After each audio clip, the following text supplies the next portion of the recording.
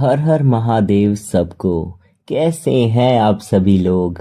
उम्मीद करता हूँ आप सभी खुश होंगे, स्वस्थ होंगे और अपनी हीलिंग जर्नी को धीरे धीरे समझते हुए आगे बढ़ रहे होंगे। आज की जो रीडिंग है वो बहुत ही ज़्यादा इंटेंस है, बहुत ही ज़्यादा डीप है, क्योंकि आज हम बात करने वाले हैं एक ऐसी सिचुएशन की जो बहुत लोगों की लाइफ में चल रही है। Third party situation. हाँ, जहां आपके और आपके पर्सन के बीच में कोई तीसरा व्यक्ति आ चुका है या था, और आज हम जानेंगे कि अभी उनके बीच में क्या चल रहा है, आपका पर्सन क्या फील कर रहे हैं, थर्ड पार्टी का असली सच क्या है, और सबसे इम्पोर्टेंट आपके रिश्ते का फ्यूचर क्या होने वाला है। ये रीडिंग जनरल है, कलेक्टिव है, हर किसी से 100% रेजोनेट नहीं करेगी, लेकिन अगर यह रीडिंग आपके सामने आई है तो कहीं ना कहीं यूनिवर्स आपको कुछ बताना चाहता है। तो दिल खोल के सुनिएगा और जो भी मैसेज आपके दिल को छू जाए उसे एक्सेप्ट करिएगा। देखिए, कार्ड्स की एनर्जी बहुत क्लियर है यहाँ पर। सबसे पहली बात, ये रिश्ता जो थर्ड पार्टी और आपके पर्सन के बीच बना था, यह प्यार से नहीं बना था। हाँ, मैं साफ साफ बोल रहा हूँ, ये रिश्ता बना था अट्रैक्शन से, फिजिकल पुल से, एक्साइटमेंट और थोड़े से ईगो वैलिडेशन से। शुरुआत में सब कुछ बहुत अच्छा लगा, नई एनर्जी, नया कनेक्शन, एक स्पार्क था। लेकिन स्पार्क मतलब प्यार नहीं होता, और यही सबसे बड़ी गलती हुई यहाँ पर। अब वो जो शुरुआत का एक्साइटमेंट था वो खत्म हो चुका है। अब सामने आ रही है expectations, possessiveness, control issue, insecurity, और सबसे बड़ा सच, फ्यूचर नहीं है इस रिश्ते का। और ये बात दोनों में से एक व्यक्ति पहले से जानता था, लेकिन जैसे इंसान होता है, जब तक दर्द सामने नहीं आता तब तक सच को इग्नोर करता है। अब क्या हो रहा है, आपका पर्सन धीरे धीरे पीछे हट रहा है। हाँ, इंटरेस्ट कम हो रहा है, कम्युनिकेशन कम हो रही है, एफर्ट्स कम हो रहे हैं, और ये सब देख के थर्ड पार्टी पैनिक में आ चुकी है। अब वो क्या कर रही है, इमोशनल मैनिपुलेशन, गिल्ट क्रिएट करना, तुम मुझे छोड़ नहीं सकते, मैं तुम्हारे बिना नहीं रह पाऊंगी। लेकिन ध्यान रखना, ये प्यार नहीं है, ये है कंट्रोल।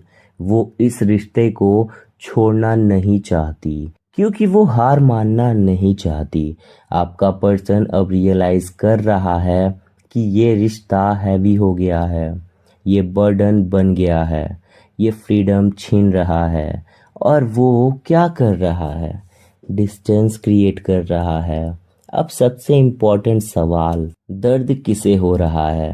कार्ड्स बहुत क्लियर बोल रहे हैं, आपका पर्सन सबसे ज़्यादा सफरिंग में है, क्योंकि वो इमोशनली अटैच हो चुका था। उसने इन्वेस्ट किया था, उसने फ्यूचर इमेजिन कर लिया था, लेकिन रियलिटी ने झटका दे दिया।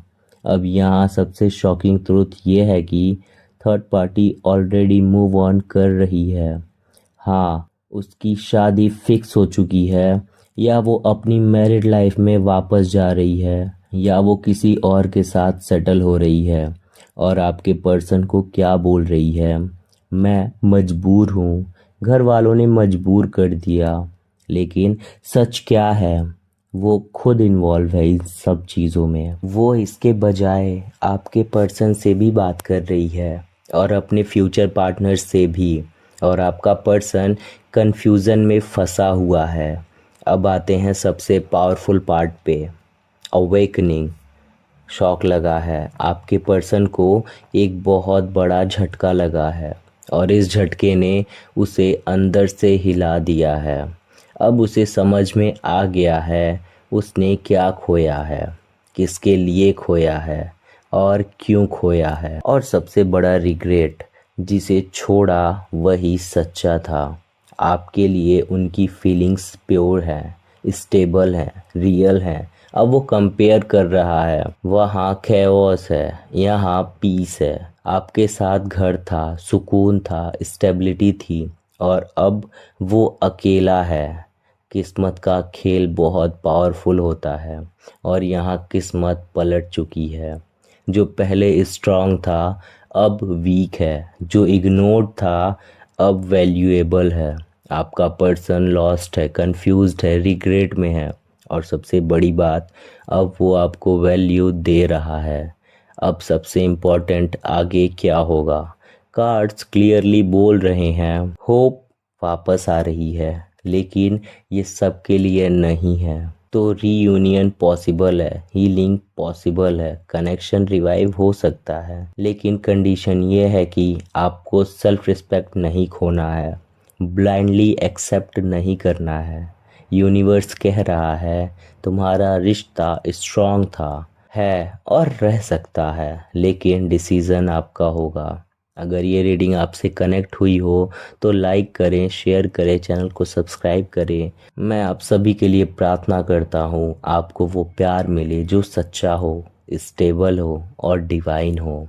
तब तक अपना ख्याल रखें, खुद को हील रखें और हमेशा पॉजिटिव रहें। हर हर महादेव।